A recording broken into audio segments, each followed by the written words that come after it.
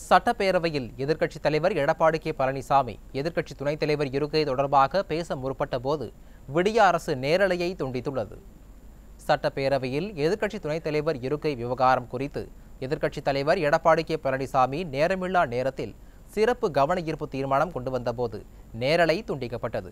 நேரலை தொடர்பாக நீதிமன்றம் அறிவுறுத்திய நிலையிலும் எதிர்க்கட்சித் தலைவர் பேசும்போது நேரலை துண்டிக்கப்பட்டது.